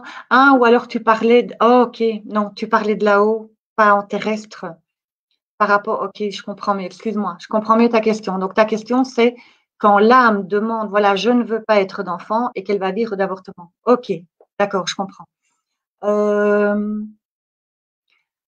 alors, oui, ça peut, dans ce sens-là, de toute façon, tant qu'elle va dire, je souhaite ne pas avoir d'enfant, on va lui proposer l'avortement ou la fausse couche. Pas systématiquement. Hein. Imagine qu'elle l'ait fait 3, 4, 5, 10 fois, je ne sais pas combien de fois, très probablement à un moment donné où le guide ne va pas lui proposer d'office. Mais par contre, il ne faut pas oublier qu'on argumente. Il suffit pas de dire, voilà, je veux pas d'enfant. Ah ok, oui, non, ok, c'est noté. Non, c'est même le mot argumenter n'est pas le bon. C'est on expose notre vue. Voilà, dans cette vie-ci, je souhaite ne pas être mère parce que je veux me focaliser sur ma carrière, parce qu'en fait j'aurai telle épreuve et je ne veux pas la faire vivre à un enfant. Voilà, raison X, Y ou Z. Euh, donc oui, dans ce sens-là, là-haut, il est fort probable qu'on lui propose. Oui, je parlais dans le subtil. Oui, c'est bien ça. Je l'ai compris que par la suite, Élise. Oui. Mais dans ce cas-là, oui. On ne va pas lui proposer 15 000 fois à un moment donné et les guides lui diront, bon, ok, on a bien compris que pour l'instant, ce n'est pas du tout son truc et voilà. Et le désir viendra ou pas. Ou pas. Voilà. Mais je pense que ma deuxième partie de réponse répondait beaucoup mieux à ta question, Élise. Attends, je regarde si j'ai des coms. Ah, non, j'ai pas de com. Par contre, j'ai un Luciole. Alors, Luciole, elle rajoute, le magnétiseur disait que cet œuf m'empêchait d'avancer dans ma vie, car il voit que je me bats sans cesse pour avancer, mais que je stagne et fatigue. Oui, alors énergétiquement, effectivement, tu peux avoir un lien avec cet œuf et c'est alors qui t'empêche d'avancer. C'est pas le fond lui-même qui t'empêche d'avancer. C'est que énergétiquement, dans des plans subtils, il se passe quelque chose sur lequel tu ne sais pas mettre de mots et qui effectivement t'empêche d'être plus à l'écoute de tes ressentis, de ton être intérieur, ou de ne pas oser, de ne pas prendre ton envol ou de te sentir freiné. Mais il y a plein de techniques différentes. Tu peux faire les bonhommes allumettes. On en a parlé dans plein d'émissions sur YouTube. Tu mets bonhomme allumette de Jacques Martel, tu trouveras plein d'informations. J'en parle aussi à la fin de mon livre d'ailleurs où je décris l'exercice pour comment faire les bonhommes allumettes. Les méditations, comme je parlais tout à l'heure pour une auditrice, tu peux faire la demande, l'intention compte beaucoup aussi. Tu sais, tu peux tout simplement, on me dit de transmettre un message que les choses sont parfois beaucoup plus simples qu'on ne le croit. On peut, par exemple, dans ton cas, demander à nos guides, voilà, mettez sur mon chemin ce dont j'ai besoin pour me détacher de ce lien qui m'empêche d'avancer. Tout simplement, faire cette demande-là. Et ça peut venir de multiples façons. Mais du coup, tu auras une rencontre, un événement, un appel téléphonique, un courrier, une situation, une émotion, enfin, quelque chose qui va arriver. Déjà fait bonhomme allumette, ok. Mais donc, des choses qui vont arriver dans ta vie pour t'aider justement à couper ça. Et c'est impressionnant. Alors, c'est assez marrant, enfin, comique. Je trouve que la synchronicité est comique parce que moi, je l'ai faite hier, en fait, de couper comme ça un lien d'attachement que je n'avais pas réalisé. Je ne m'étais jamais rendu compte de ça. Ça m'est venu voilà, récemment et j'ai été mais impressionnée, mais vraiment impressionnée de l'efficacité. C'est-à-dire que j'ai tout simplement pris un bain, j'ai mis une musique donc de méditation, j'ai YouTube, méditation relax, tout simplement, pas de voix, donc pas méditation guidée. Je me suis détendue, j'ai appelé mon guide et voilà, et j'ai demandé à m'aider à détacher ce lien. De là est arrivée une série d'images où on me demande de faire des choses dans l'image. Et voilà, ok, super, top, je termine mon bain. Et le lendemain, je me suis réveillée. C'était impressionnant parce que je n'avais plus du tout la même émotion, le même sentiment d'attache. Enfin, c'était effarant. Donc voilà pour toi, excuse-moi, j'ai pas les prénoms, pardon. Mais tu peux tout simplement demander l'aide à tes guides pour t'aider à détacher, à détendre ce lien qui t'empêche d'avancer. Voilà. Voilà, voilà. Allez, je regarde. Ok. On a un retour d'Élise qui dit merci beaucoup. Reste juste à connaître son plan d'incarnation. Alors, pour savoir si le désir d'enfant est l'enseignement. Oui, maintenant, son plan d'incarnation, moi, j'en connais qu'une toute petite partie. C'est en demandant à mes guides où j'ai demandé certaines choses et on m'a répondu certaines infos, mais ça donne pas tout mon plan d'incarnation, hein. Maintenant, il y a peut-être des personnes qui font ça. Il y a tellement de personnes dans l'énergétique, il y a peut-être des personnes qui font ça.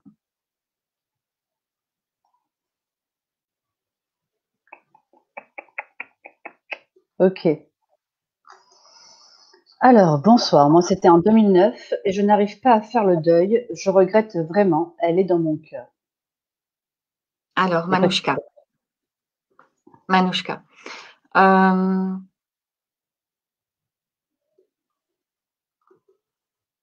c'est pas tant le deuil, c'est le pardon. Pour toi, c'est le pardon à toi-même. C'est-à-dire que, oui, je me retrouve beaucoup en fait dans la sensation que j'ai de toi. Je retrouve beaucoup de moi dans cette énergie-là où, si tu veux faire le deuil sans te pardonner à toi-même ou sans accepter que c'était écrit comme ça, que c'était ce qui devait être fait, que même si tu n'avais pas avorté, l'enfant ne serait pas né. Tu vois, d'avoir une autre vision. Sans ces étapes-là, tu n'arriveras pas à ce que tu nommes le deuil. Attends, je voudrais m'attarder un petit peu, Manouchka, pour toi. Alors, tu lui as donné un prénom. Alors, je crois un prénom assez fleuri. Alors, tu n'es pas obligé de le donner à Manouchka, c'est très personnel. Donc ça, c'est comme tu veux. Mais moi, je vois vraiment quelque chose de très frais, très fleuri.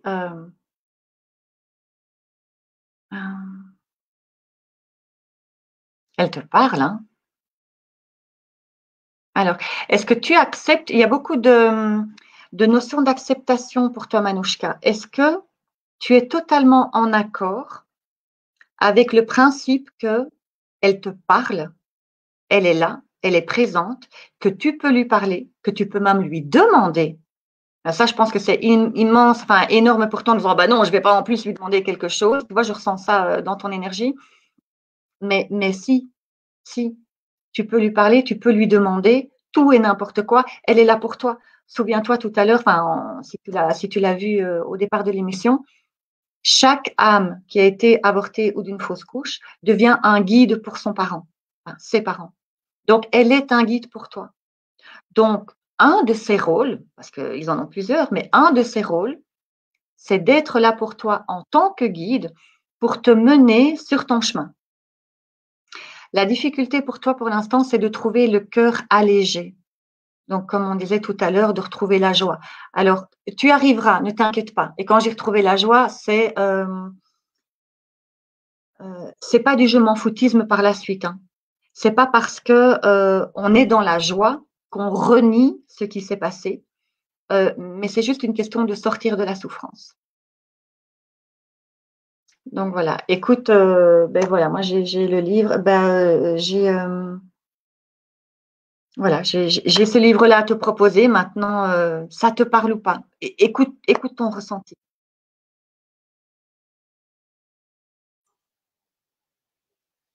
ok. Tu as Luciole qui te remercie. Avec plaisir. Et donc, Mariella, regarde ça, qui dit Christelle, si je puis me permettre, votre magnifique collier est en forme d'œuf, entouré de plusieurs couches, comme les poches. Peut-être un lien avec cet échange. Ce collier a été créé en ce sens? Alors, merci beaucoup, Mariella. Alors, c'est pas moi qui l'ai créé, donc ce collier. Voilà, il vient d'une bijouterie, mais c'est surtout un cadeau de ma maman. Ma maman m'a fait ce cadeau récemment et je le trouve tellement magnifique que voilà. Mais j'aime beaucoup l'analogie aussi des œufs, des poches, etc. Donc, c'était pas du tout volontaire en ce sens-là. C'était juste pour faire un petit clin d'œil à ma maman en disant, regarde maman, tu es là sur mon cœur, près de moi. Voilà. Ok. J'ai des extraits encore, si tu veux, à dire. Ouais, après, il reste pas trop de questions. Enfin, il y en a quelques-unes encore, mais tu veux lire les extraits? Ça te Oui, va? parce que Je peux attendre, c'est comme tu veux. non, écoute, c'est 22h32. Tu me dis ce que tu veux faire. Moi, je te suis. Tu le veux, Ok, tu le veux pas, écoute, mais Je vais donc vous lire deux extraits que Esteban m'a demandé. Il m'a donné les numéros de page, en fait. Donc, je vais vous les lire. Lunettes parce que j'approche des 50 ans et que je ne peux plus lire sans lunettes. Alors, donc là, c'est un passage où il me parle des personnes accompagnantes, donc des conjoints, donc qui accompagnent les personnes qui ont subi un avortement ou une fausse couche. Alors, ces personnes accompagnantes, masculines ou féminines, quel que soit leur rôle auprès de la personne enceinte, ont un rôle tout aussi important à jouer et reçoivent elles aussi un impact émotionnel qu'il ne faut pas oublier. Quel que soit le genre, quelle que soit sa position, familiale, amicale, professionnelle et autres, absolument toutes les personnes touchées de près par un avortement a autant de droits d'exposer ses émotions que la personne elle-même enceinte. Il n'y va pas seulement de la porteuse d'âme, donc de la mère, mais aussi de l'ensemenceur. Vous l'avez créé à deux, décidé à deux. Bien trop de femmes pensent croire à juste titre, c'est mon corps, je fais ce que j'en veux. Mais j'aimerais leur dire ceci. Que faites-vous donc du cœur de celui que vous avez aimé pour en porter ainsi le fruit? Que l'enfant soit destiné à vivre ou non, peu importe à ce stade. Vous l'avez créé à deux, vous n'êtes donc pas seul à être en droit de décider. Certes, un homme ne pourrait vous forcer à porter 9 mois le fruit de ce que vous vous refusez. Nous ne parlons pas ici d'obligation d'enfanter, bien au contraire. Je vous exhorte simplement à voir au-delà de vos croyances et de vos propres ressentis pour prendre en compte ceux de votre compagnon de vie, même provisoire. Tous les aléas de votre vie terrestre, le matériel, le côté social, le qu'en dira-t-on, votre carrière ou projet de vie soi-disant chamboulé par l'arrivée d'un petit être, est-ce réellement cela l'important? N'est-il pas plus important de voir ce qui vit en vos cœurs? Et je ne parle pas du bébé, mais de vos ressentis. Ce qui vit en vos cœurs est vos aspirations profondes et ultimes, avant même de devoir vous positionner en tant que mère dans votre environnement social, amical, professionnel et autres. Vous et uniquement vous, les deux parents, que ressentez-vous? Que souhaitez-vous? Si l'un des deux opte pour l'avortement quand le second envisage une vie de famille, ne tergiversez pas dans les méandres de vos cœurs perdus. Échangez de manière honnête et sincère sur vos aspirations personnelles. Et qui sait, peut-être vous rendrez-vous compte que vous vous êtes trompé sur votre vision de l'autre, sur ce qui l'animait pour faire un tel choix. Nous ne vous demandons pas d'être d'accord tous les deux. Nous savons que des couples n'y arriveront pas. Nous ne vous obligeons à rien. N'oubliez pas que tout est écrit et qu'une âme ayant choisi le chemin de l'aller-retour ne fera que l'aller-retour, ni plus ni moins que ce qu'elle a décidé. Nous vous demandons simplement de voir en vos cœurs, de parler honnêtement l'un avec l'autre, en dehors de toute considération extérieure telle que la famille, le travail, vos codes de société, etc. Cette étape ne changera rien pour le bébé. Elle n'est nécessaire que pour vous-même, pour enterrer vos hypothétiques regrets à venir, car ce sont eux qui vous enterreraient à petit feu au quotidien. Une décision mûrement réfléchie et protégée, c'est-à-dire où l'on a pu étendre son cœur en toute confiance, vous aidera grandement pour la suite à vivre. Nous ne vous demandons donc pas cela pour nous ou pour les âmes portées, mais pour vous et uniquement pour vous. Puissiez-vous comprendre que la souffrance est votre propre demeure, forgée par vos esprits et rien d'autre. C'est en cela que notre demande est une faveur pour vous-même. Donc voilà, il y a ce premier extrait-là. Et le deuxième extrait, donc là c'est Esteban qui me parle directement. J'ai toujours été à tes côtés, mais tu ne pouvais m'entendre, aveuglé que tu étais par tes propres ressentiments à ton égard. Il faut dégager la vue pour être capable de voir. C'est ce que tu as fait. Et c'est ce que je veux dire aux autres femmes portant encore ce poids en leur cœur meurtri. Ne restez pas dans vos larmes et votre souffrance. Vous vous empêchez vous-même d'avancer. Vous freinez votre évolution. Ne cherchez pas le pardon. Ne soyez pas dans la torpeur de vos croyances. Libérez vos cœurs de ces souffrances inutiles et voyez la beauté de votre geste pour nous. Sans vous, nous ne sommes rien sur ce chemin. Comment pourrions-nous expérimenter cet apprentissage sans vos corps charnels? Nous sommes capables de bien des choses, il est vrai, des choses inimaginables pour vous et de vrais miracles.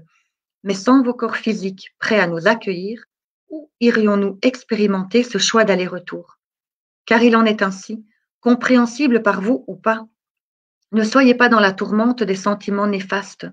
On peut comprendre que vous ne le viviez pas dans la joie, mais comprenez aussi que la lourdeur de vos sentiments vous nuit en tout point et vous empêche de vivre ce qu'il y a encore à vivre. Nous n'aurons de cesse de répéter encore et encore, au travers de bon nombre d'entre vous et par tout moyen nécessaire, que votre souffrance ne rend service à personne, à commencer par vous-même.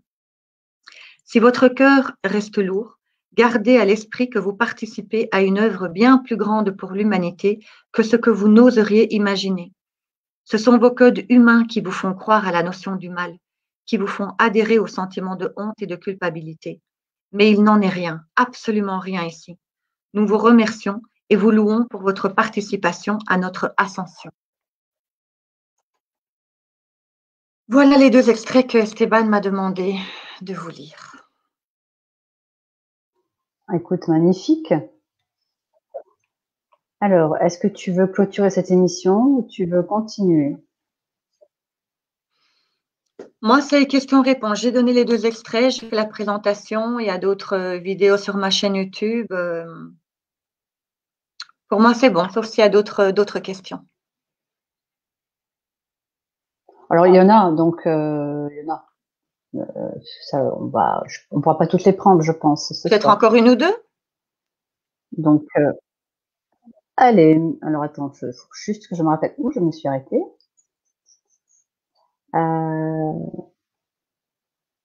Merci Mariella. Ok, donc c'était là.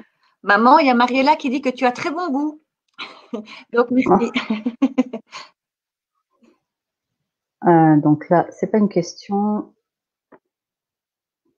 Est-ce que non, ça c'est pas non.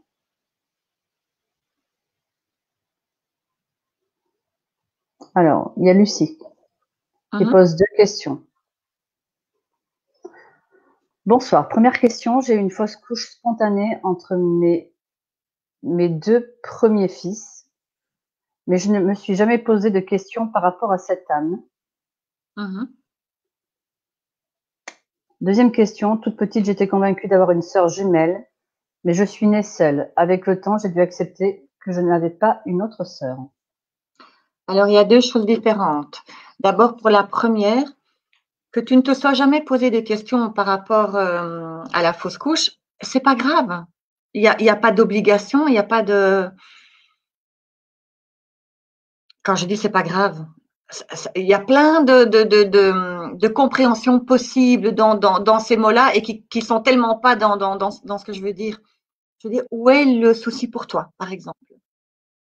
Maintenant, c'est de toute façon un guide pour toi.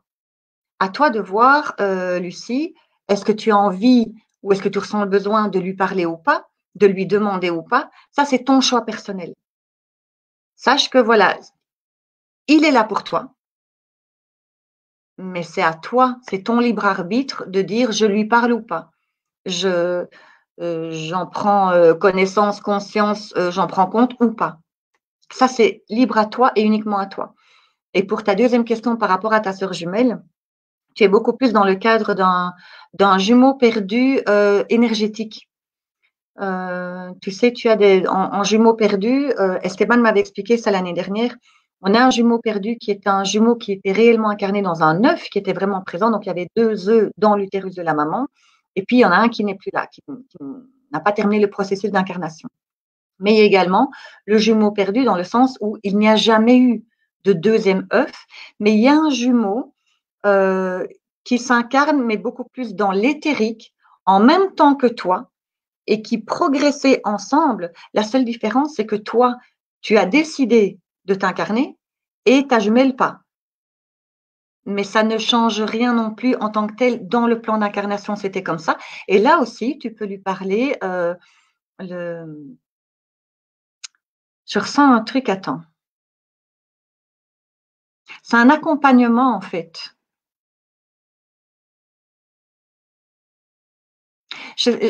J'essaye vraiment de bien capter le truc parce que je ne saurais pas dire.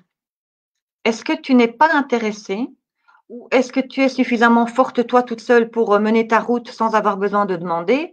Tu vois, j'arrive pas à voir la nuance, à capter la nuance et à voir dans quel truc tu te situes. En tout cas, si ça te parle, moi je pense que si tu poses la question là ce soir, c'est que tu as peut-être un besoin quelque part d'avoir une info supplémentaire là-dessus. Est-ce que c'est une confirmation? Est-ce que c'est de commencer à creuser? Et là, je t'invite vraiment à juste voir quel est ton besoin, qu'est-ce qui se cache derrière cette question-là. Est-ce que la vraie question, c'est dites-moi si c'est vrai ou pas, qu'est-ce que je fais de cette information? Est-ce que c'est bon, ben, on m'a dit ça, mais en fait, je m'en fous, je continue ma vie. Est-ce que c'est bien ou pas bien? Tu vois, d'aller creuser exactement. euh, oui, ah, s'il a un message, ok, d'accord. Alors, oui. Alors, écoute, je te le dis tel que je le reçois. C'est écoute-nous plus. Écoute-nous plus. Alors, nous, c'est pas le seul, hein. Donc, tu as la jumelle et la fausse couche. Et d'autres encore, on me dit. Mais principalement, eux, de front en avant. Il y en a trois, en fait, de front. Il y a la fausse couche, il y a la jumelle perdue et il y a un troisième aussi. C'est écoute-nous plus. Donc, écoute tes ressentis. Demande-leur des signes, tu vois, demande-leur des signes à nouveau, si tu as envie.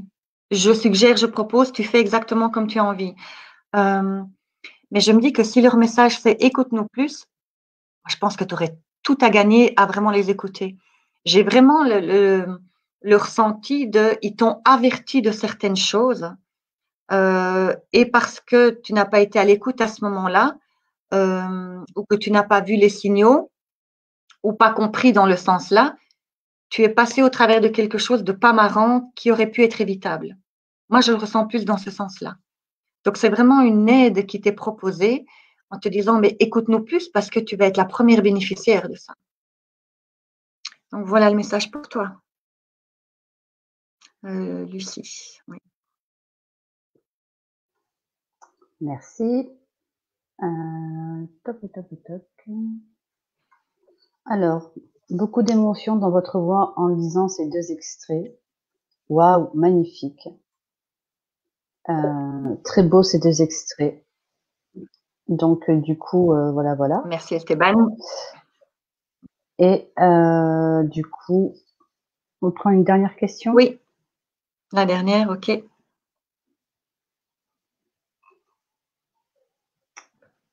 Alors, bonsoir Christelle. Mon frère a perdu son premier enfant, un garçon à la naissance, dont je devais être la marraine. Cette âme est-elle présente maintenant physiquement autour de nous, dans la famille, ou est-elle restée de l'autre côté? Merci. Elle est dans les deux.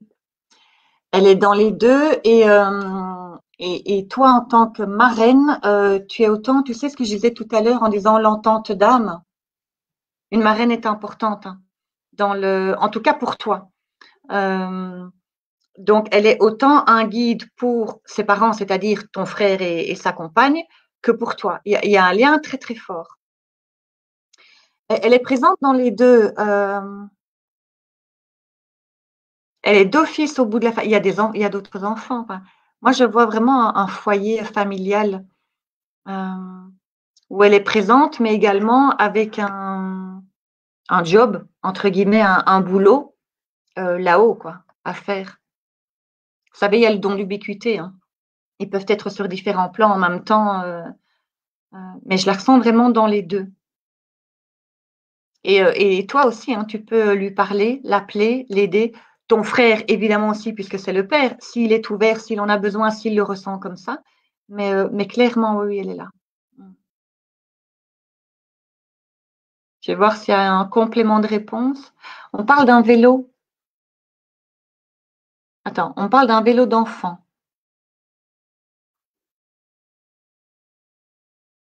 Alors, un vélo rouge, écoute. Alors, c'est marrant parce qu'au moment où je dis rouge, il me montre le bleu. Du coup, je me dis, oui, mais quoi, c'est rouge ou c'est bleu? Écoute, voilà, écoute, je ne sais pas.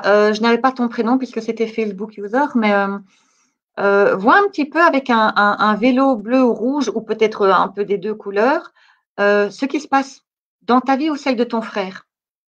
Il y a quelque chose là avec ce vélo. Mais là, pour l'instant, j'ai pas plus d'infos. Ça va, Aline, t'as l'air tout étonnée.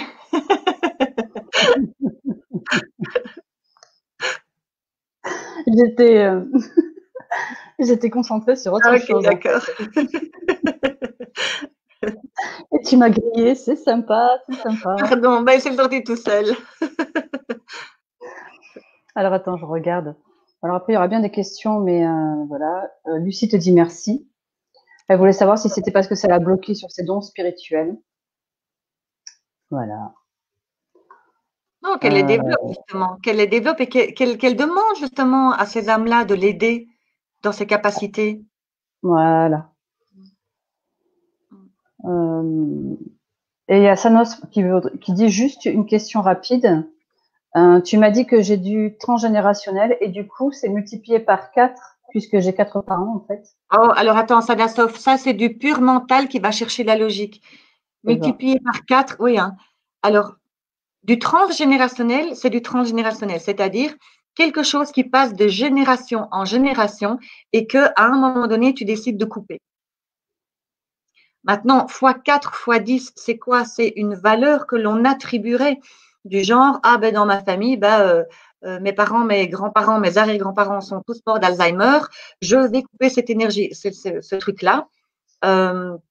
Ou je suis dans une famille où les femmes sont soumises de génération en génération, je viens pour couper ça. Ton x4, il va dire quoi? C'est, ça ne rentre pas dans l'énergétique dans ce sens-là, en tout cas. Maintenant, tu peux le considérer en disant ça vient le renforcer. Parce que oui, tu as effectivement un lien avec les parents biologiques et un lien avec les parents adoptants. Mais ton lien avec les parents biologiques, c'est peut-être tout simplement, on est là pour t'enfanter. Point. Là, il faudrait, tu vois, creuser un petit peu plus loin pour voir, mais ne t'inquiète pas trop du x4 parce que je pourrais te dire x10, x15, x20, c'est Jules Desmaths, ça. C'est ça. C'est du mental. Oui, voilà. Ouais. Ok. Et ce qui est bien normal, hein, on est tous là avec notre mental, hein, donc c'est bien logique hein, de penser comme ça. Donc voilà. Donc c'est fini pour ce soir. Oui. Je te laisse dire le petit mot de la fin. Eh bien, écoutez, merci à tous. Voilà, je fais un petit coup d'autopromo. Hein, voilà, mon livre, Esteban, Dialogue entre ciel et terre, disponible soit sur Amazon, soit vous m'envoyez un petit message. Mon adresse mail, c'est christelle.claire.88@gmail.com. Voilà, sinon, il y a les vidéos sur YouTube où vous pouvez déjà avoir pas mal d'infos. Et puis voilà, merci à tous d'avoir été présents. J'allais dire de votre présence et d'avoir présent. J'ai tous les mots qui, ça fait des étincelles dans mes neurones. Voilà, de votre présence, de votre participation, des questions-réponses. Moi, j'adore ça. Et voilà, sachez qu'à partir de l'année prochaine, si jamais vous souhaitez qu'il y ait un regroupement, que je vienne dans un endroit pour parler justement de tout ça et partager, ce sera avec grand plaisir. On va mettre ça en place petit à petit. Donc voilà. Je ne suis pas inquiète. Tout est prévu. Oui. Ouais. Eh bien, moi, je vous souhaite une belle soirée. Je vous dis à dans 15 jours. La semaine prochaine, vous retrouverez Laetitia avec le mercredi 30, un atelier avec Marie-Neige Séné. C'est se connecter à la meilleure partie de soi-même avec la technique Theta Healing. Elle a fait une émission la semaine dernière qui était géniale, qui était très ludique avec des ateliers. Je vous la conseille. Et le jeudi, c'est une émission, c'est On ne choisit pas sa maison par hasard. Pour le meilleur et pour le pire, comme un mariage. Ça tombe pile poil. Je vais regarder cette émission. Ça tombe pile poil. Donc, du coup, voilà, je vous souhaite une excellente nuit et je vous dis à dans 15 jours. Bye bye. Bye tout le monde.